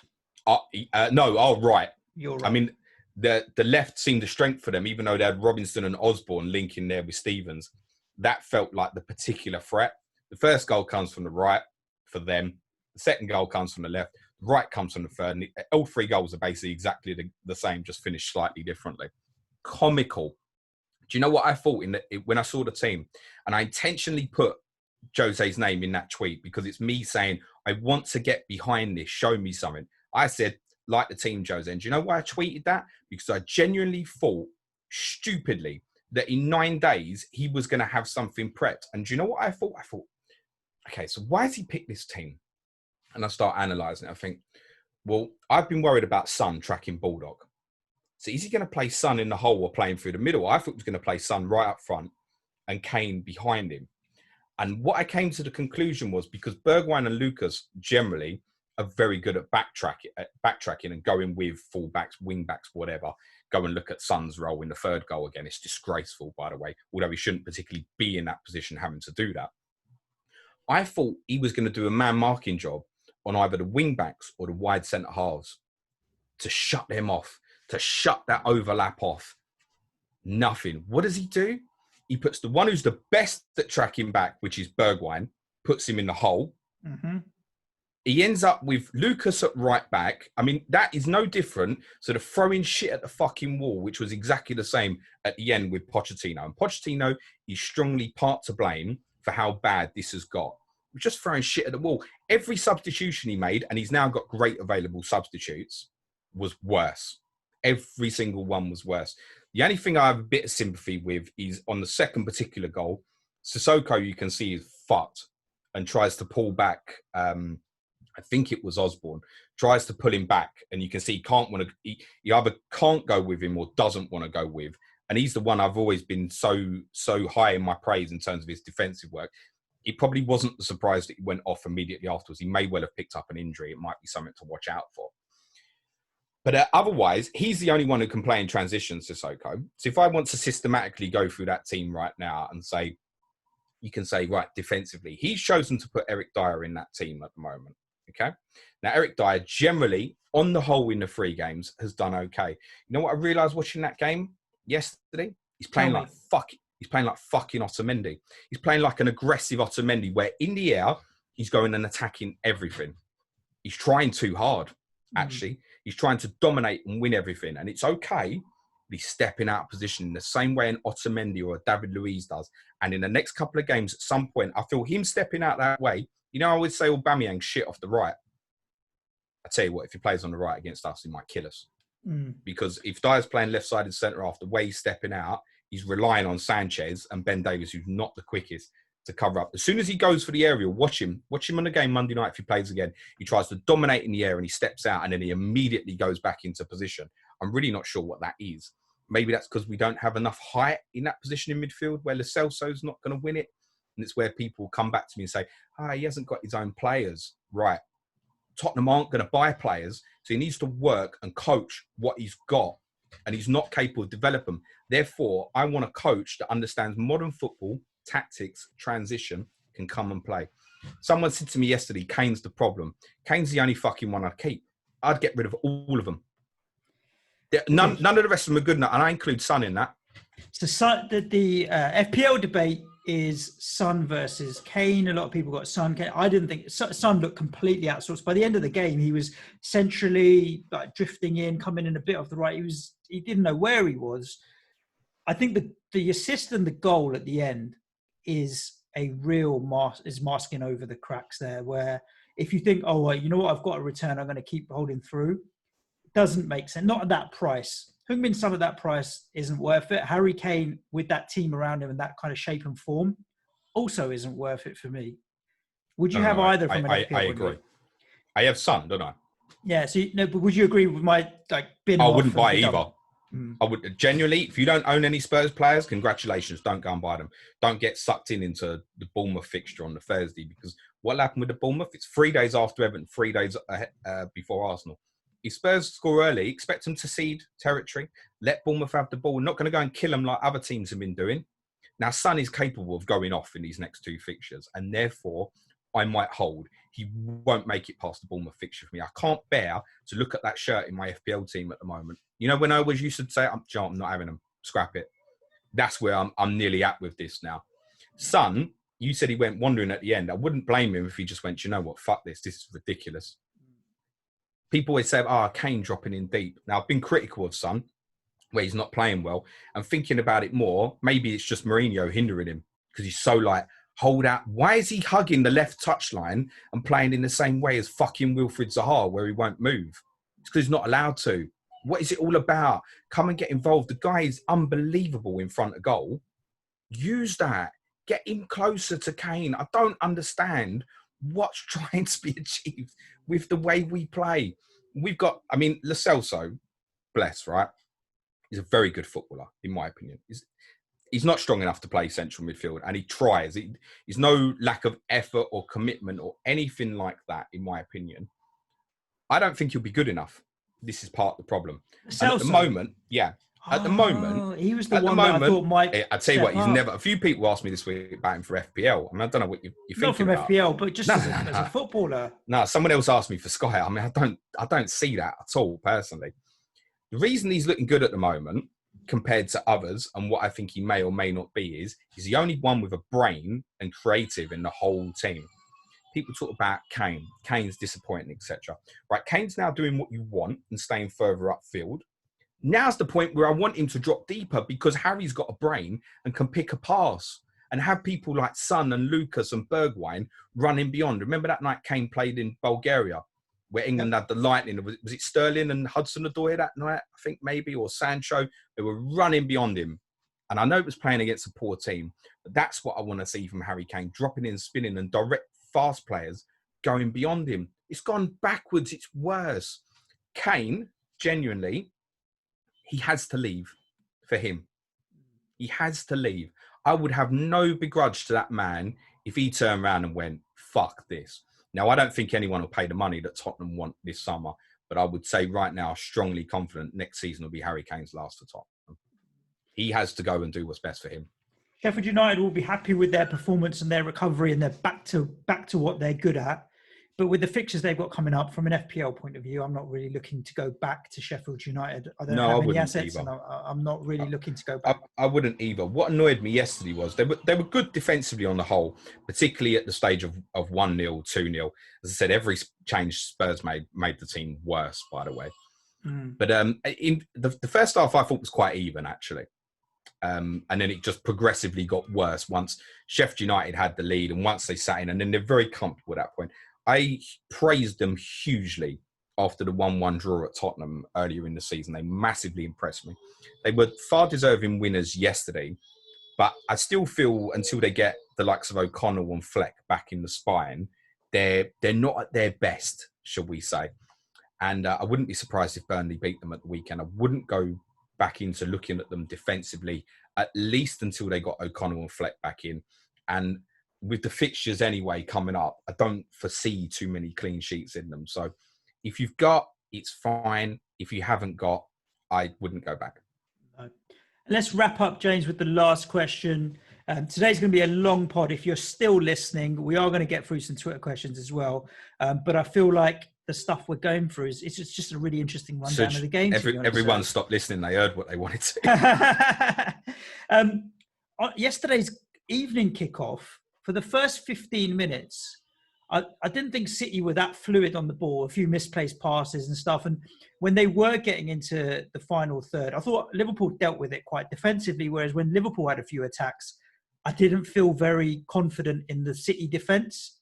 So I did think in the first 15 minutes, okay, Liverpool are quite comfortable here. They'll clean up all of these through balls, and they're very good at playing the offside trap and stuff. Whereas City, with Mendy or you had a mistake in them, I thought Salah gave Mendy a little bit of trouble. But once they became clinical, City, they don't piss about, and that was that. Like, by the time they got to 3-0, you knew it was lights out, and then suddenly Kevin De Bruyne started just taking control of the game. And that guy honestly can do anything. Left foot, right foot, glide, long passes, short passes, can do anything and dominate, control the game. And I think there's where he was good before. He had his mate David Silva with him. He didn't necessarily have to take the responsibility. But when I see him now with the armband, captain's armband on, I feel like he's taking the responsibility of, I'm going to make this happen now a lot more than maybe he had to in the past. Because when you have a team with Aguero up top and David Silva next to you and all these other stars around you, anyone can do it, right?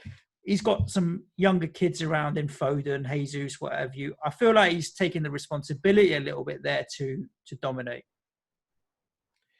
Yeah, imagine me watching Man City after watching my team.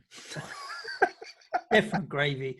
And Liverpool weren't as bad as a 4-0, in my opinion. They weren't as bad as a 4-0, but forgive them that hangover. I think in the second half, it could have ended up quite silly. Yeah, I don't judge them on that. I think it doesn't put me off owning TAA and Robbo. No, not at all. And again, it's not a judge on Liverpool and I thought Klopp was spot on in a very embarrassing interview from Sky's Jeff Shreves after the game, by the way. I don't know what that was all about. You see Klopp getting pissed off at the repetitive There's questioning. dumb And I thought questions. Klopp made him look like an idiot, and he answered it absolutely fine. He's like, I praise Man City. They're very good. And I thought he was spot on in what he said in his analysis, Klopp.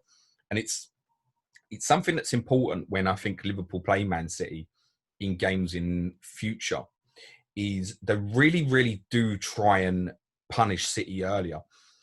What got me thinking last night was the way actually City started against Arsenal.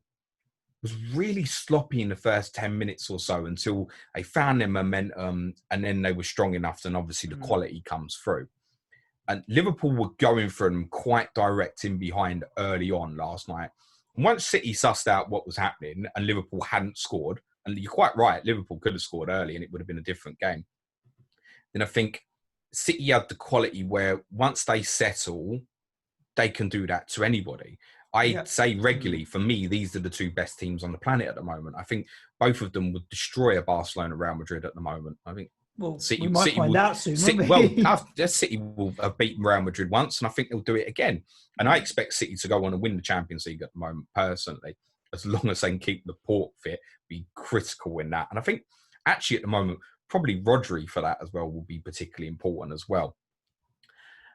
But there were certain things in that game last night that were uncharacteristic. Now, I already mentioned it at the top about it's the poorest I've seen Andrew Robertson play for Liverpool. It doesn't put me off. I'm still gonna buy him this week because I'm not judging exactly what people judged on Burnley. Oh, destroyed by Man City, they're useless now. That's obviously not the case with Liverpool either. That can happen. We've seen Liverpool destroy Manchester City as well, right? Think of that Champions League quarter-final at Anfield a few years ago.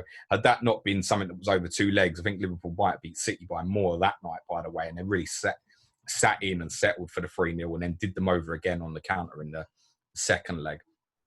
But I think you got a glimpse last night of where City are heading towards next season with that De Bruyne and Foden off a front man. Foden's price next season is going to be absolutely fascinating because I don't think that they can price him higher than, say, where David and Bernardo Silva are at the moment. And I think at that price, maybe he'll be great value. If anyone wants to buy him now, I absolutely can't put you off because now the goals are coming with the exceptional talent. It's just the frustration that you may find that you bench him and he'll pull. It's going to hurt. It might hurt you. I'm not saying it's going to, it might. But yeah, I agree with you. I mean, I would like to own him, but if I own him, I'm going to have to play him. And I'm not sure if I want to. I think the judgment call, what you're better off doing with City at the moment is De Bruyne is the only captain option, in my opinion. And when you feel very, very comfortable that he's going to start. Now, the games are in close proximity in the near future. So I wouldn't feel comfortable, for example, after playing the whole game last night, feeling comfortable captaining him this week when they're playing Southampton Sunday night. I wouldn't be comfortable with that. If he doesn't play against Southampton, he's my captain against Newcastle. It becomes almost as simple as that with him at the moment. These fixtures are a joke, James. Southampton, Newcastle, Brighton, Bournemouth, Watford, Norwich. That Norwich game on the last day of the season, if you're not captaining a City player in that, what are you doing? Honestly, that's the one that could be a 10-0. Well, it depends. It's potentially 1 week before an FA Cup final or 6 days, which, given the current circumstances, is a great period of rest, right? City but B team versus Norwich is going to be 10-0. let's put it this way, right? Let's say they're in the final if they beat Arsenal in the semi-final. And he's basically said after the game that the priority is going to be that Arsenal game between now and the end of the season. Does he play Laporte against Norwich if you've got him, for example? Does he potentially rest the whole team? Is there, for example, in that final game, is there a swan song for David Silva as potentially the last time he could play at the Etihad, for example? We know there's not going to be any crowd there or anything like that. But there are little facets to that last game. They have said that. Yep, that's absolutely right. But does Guardiola feel that need? And therefore, is De Bruyne or Foden even play against Norwich? That David Silva thing would make me very, very nervous, by the way, mate. So I think you'd want something that made you feel comfortable that De Bruyne was definitely going to play, for example, if that's the way you wanted to go. I suspect, by the way, in that final game, that the best captaincy on that final day will probably be Jesus, by the way, just for that particular fixture. I think what you've got to do with the City assets, whether you want to go Foden, Mahrez, however you want to play it at the moment, is almost not judge it as a one-game week. judge over 2 or 3. So compare and say, okay, like I think this week is a bad entry point for Foden. I think this week is a great entry point for Mahrez, because at the moment I see it as Mahrez and Sterling on either side. That's clear first choice right now, as far as I see it. And you might get what they're going to use is potentially say Bernardo Silva, false 9, not false 9, play, rotate with Foden. Then you've got David Silva. In the wide positions, we know Bernardo Silva can play there on the right as well. I think he really, really wants Mahrez there at the moment. I've spoken before about when the games are in close proximity, he feels Mahrez isn't susceptible to injuries like other players because of the lack of his body mass, etc. We've now seen that. That's proven over the Christmas period and this shorter period. For example, we didn't need to bring him on last night. He's got no fear over it. And he's massively stepped up this season, Riyad Mahrez. I don't think it's been spoken about enough, where I'll be honest, when they bought him, I didn't foresee him becoming a regular starter for them at any point at the time, looking at Sterling and Yeah, Sane. I mean, he coming from Leicester, you'd think that, is he good enough, right? Some of these clubs buy Galacticos or whatever from Real Madrid, Juventus, Barcelona. He came from Leicester, so there is that kind of almost stigma of, can he make that step up?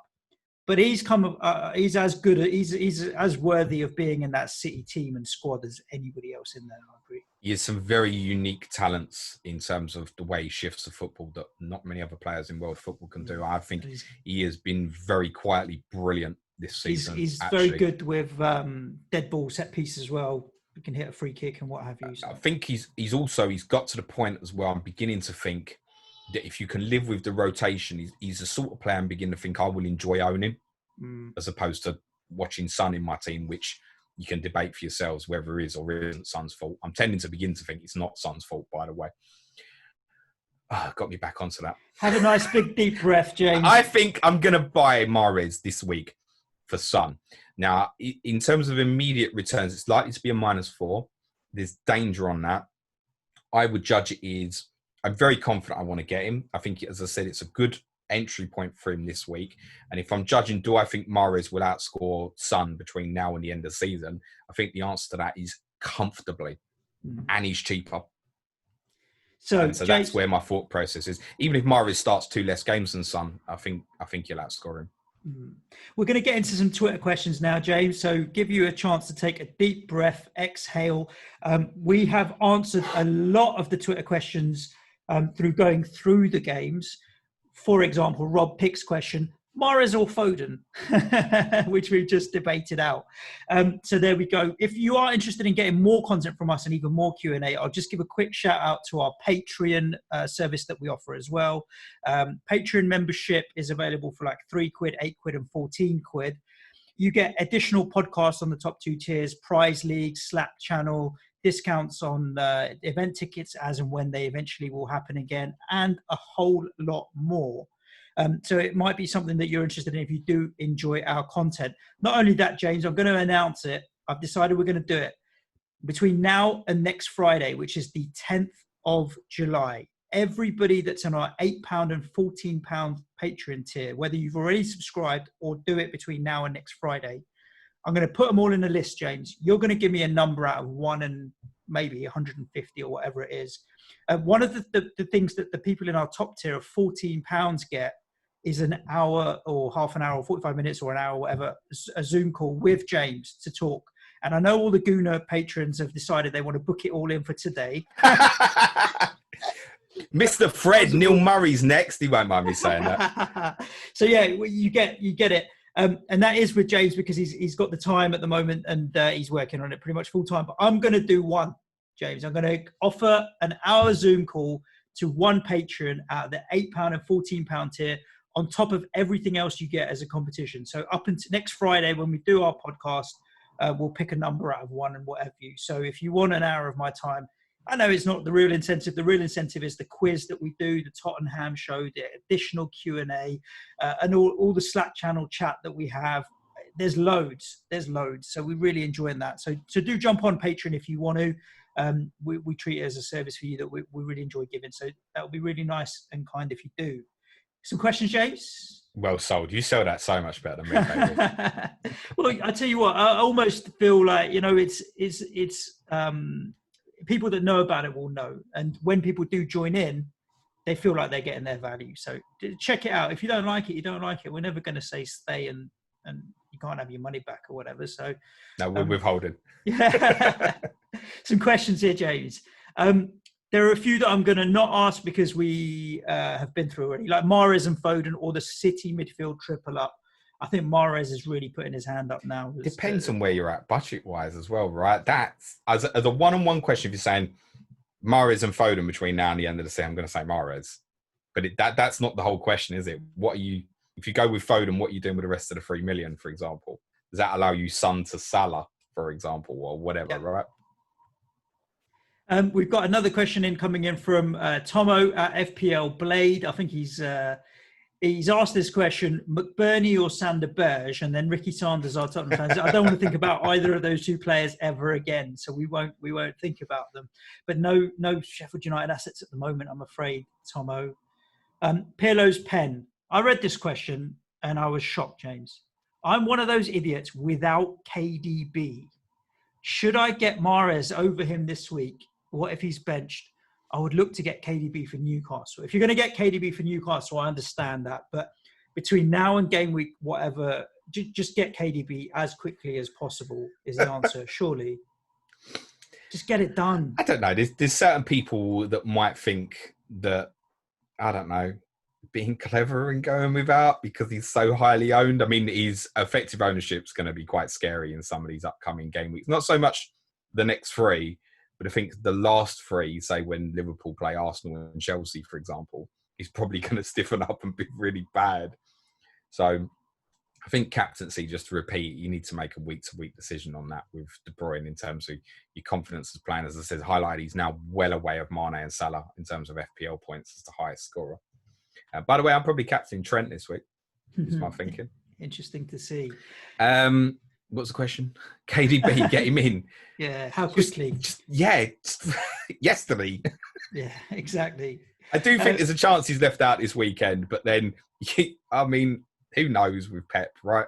We've got a question from Ben Miller, Benjamin J. Miller. How are you, Ben? Ben's one of our patrons, right, James? He is. So this question is an interesting one. How's Manchild doing? Haven't heard from him in a while. I'll tell you what we'll do, Ben, because I'm seeing Manchild later today. Just for the patrons, because you are one and most of the other listeners don't care, I'm going to record the half an hour with Manchild, the Manchild Chronicles, and we'll put it onto our Patreon channel for you guys. And I'll ask Manchild, how are you doing? And we might even find his password to his FPL team. I bet that'll be the most listened to Patreon pod so far. So now we're doing 24 extra pods this month. It's a one-off. It's just a one-off special. I'll get Manchild out. This question, I'll ask 2 together, James. You can answer these. We've got FPL Jeb. I have Aubameyang and I don't have KDB. Is it a matter of finding 2 other players to swap them, or is no KDB viable? And you've got Jay here, FPL Dr. Pepper. I like a bit of Dr. Pepper, you know that? Would I be mad dumping Aubameyang to Salah for a -4? Also, is a City defender a good idea? I'm not so sure on Ederson or Laporte. And if you've really got money for Ederson and you just want to set and forget, yeah, he'll pick you up points. But that's if you've really got the money burning a hole in your pocket. So both of these guys are talking about dumping Aubameyang, 1 to go to Salah and 1 to go to KDB, because you've just had the returns of Aubameyang.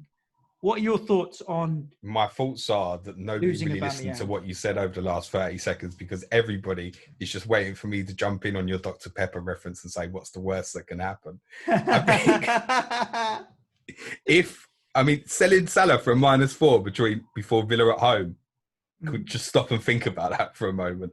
I think, personally, the best possible captaincy this game week is Salah and over Mane. And you know how I've got a preference for Mane and Salah. If Target isn't fit for Villa, we've got Neil Taylor at left back. It really doesn't bear thinking about what Salah will do to him if that's the case. The only thing against it is he will probably likely directly step inside in towards Tyrone Mings' area, and Tyrone Mings won't mess about with it. So it depends how you want to see that. If I own Salah, he'd be my captain this week and I wouldn't think about it. I don't have an intention to force him in. That's been part of my structured plan. Same with Mane. If you ask me best captains this week, genuinely right now, I would go Salah, Mane, Trent, Bruno Fernandes. And I'd probably have the City guys a little bit below her because of fears. I think the great differential captain this week would be Mahrez. Interesting. We've got another question here from Ronan Mehigan. And this is an interesting question, James, because actually something that I thought about probably about 20 or 30 minutes into the 6 o'clock games on Wednesday, when Arsenal had gone 2 up, Everton had scored, Newcastle had scored. And this halftime, all the games get to halftime at 0-0. I was like, hang on a second, what's going on here? But Ronan asks that the recent midweek games have had an increase in the goal per game average. Should we rethink big at the back strategies for the remaining game weeks? My big caveat there would be Norwich, Bournemouth, and then obviously Leicester did concede a goal. But Norwich and Bournemouth, you're not buying their defenders anyway at any point. So it didn't. I just ended up looking at the opposition thinking these are just leaky defences that I was never going to buy defenders from anyway. And you look at Wolves, still kept a clean sheet. Man City, still kept a clean sheet. Man United, still kept a clean sheet. So no, to be honest with you, I don't think big at the back is dead or should be rethought. Your thoughts, James? For the three teams, Liverpool, United and City, and Wolves, actually the four of them, that's where your big at the back strategy is, if that's where you're playing it. I think those are the guys I'm in on. I mean, it might be that I've been Laporte rather than Marcus Alonso this week. I haven't decided yet, purely on the basis of I think I possibly want to get towards Foden, Mahrez and De Bruyne in part of my thinking, and therefore just sacrificing Laporte. And Southampton, I guess, on paper is probably one of the harder fixtures they've got left, which, I mean, if that doesn't sum Man City up, nothing else will. And Laporte's probably, at the moment, stuck with a 6-point ceiling, I think, actually. So it's still really, with that in mind, Liverpool, Wolves, Manchester United. And if you've got the coverage there, I mean, I'm likely to start this week with Trent, Robertson, Maguire, Doherty. It's fine, isn't it? I'm the same, but I've got Wan-Bissaka instead of Maguire. Yeah. Simple as. If you've got alternatives, say Bolly, for example, it's absolutely fine. I mean, because of their price range, I don't really put that into the bracket of big at the back because, I mean, their price range, right? So, yeah, those guys. And if you want to add City, the security of Edison, Laporte, whatever, it's absolutely fine. But the big at the back now surrounds those four teams. It's quite clear. It's still absolutely fine. They're not. Look at the fixtures they got. They ain't going to concede bucket loads. No. Last question, James. Coming in from Jamie Dodd at JD Should Care. This is an interesting one as well. Do players' performances in a game week change your pre-game week plans? For instance, should I sell Aubameyang and Sterling for Rashford and Mane as planned, or keep due to their performances in the week? And the one that's, to be honest, this particular game week, I didn't have a plan for what I was going to do next week because I'd just wildcarded. I'd set my team up for a couple of weeks, I'll be honest with you. But the one whose game week performance changed my opinion was Mason Greenwood. That makes me think, actually, yeah, sure. And I'm still trying to maneuver my squad into a place where I can bench boost and know that my bench is banging and really I'm happy with it. And a 4.4 million striker in Mason Greenwood fits that bill perfectly. So for me, it's one of those where, yeah, the midweek performances can change my opinion. Now, look at Aubameyang and Sterling. I think they've put their hand up and said, yeah, how the fuck can you sell me? Disagree. You think Rashford and Mane over Aubameyang and Sterling? I'd certainly, I mean, my Greenwood opinion, as you'll know, was very much off the Sheffield United opinion anyway. Just the Brighton game reinforced what they already thought. But sometimes, do you change your opinion based on midweek? I mean, were you going to keep Son for longer and now you're going to bin watching Son? Robertson last night against Man City has not made me change my opinion that I want to get him back into my squad as an absolute priority. In spite of me saying that was probably the worst ever performance for Liverpool last night, I don't see why he wouldn't play again against Villa, why he won't play the majority. And in the teams that they've got coming up, it's going to be a very different Liverpool. I'm certain of that. They're going to go all out for these 100 points and it's not locked in, right? It's basically going to go to the end. So I'm really not that bothered and worried about the rotation with them. I'm influenced on Mahrez by the fact that he's not played, or at least not started the game, when he started the previous four. And now I believe that Sunday is a great entry point for them. Son, I regretted straight away in terms of on the wild card and going, even though he could have had a double point haul against West Ham and he's always capable of it. I knew it was the regret for me. So I felt that pre-game week anyway. The fact that Son's got an assist at the end of the game last night doesn't really hamper my opinion on him. It's more, am I going to make that age-old mistake that I always make with not necessarily Spurs players, but all players, but looking 2 weeks ahead and going, do you know what, that Bournemouth fixture, do I want Son on that day? Or am I even in a strong enough position to even hokey-cokey this sort of thing at the moment? And that's an idea. I'll tell you what, if you haven't got massive amounts of value in De Bruyne, you might decide you do want to make that sort of hokey-cokey. I wouldn't advise for it personally. But jumping around perhaps the City assets when you think they won't start, the problem with that is you'll get it wrong. Because none of us can ever read Pep, right? I just know that Mahrez is going to play the majority of the games. I would say they've got, 6 league games left?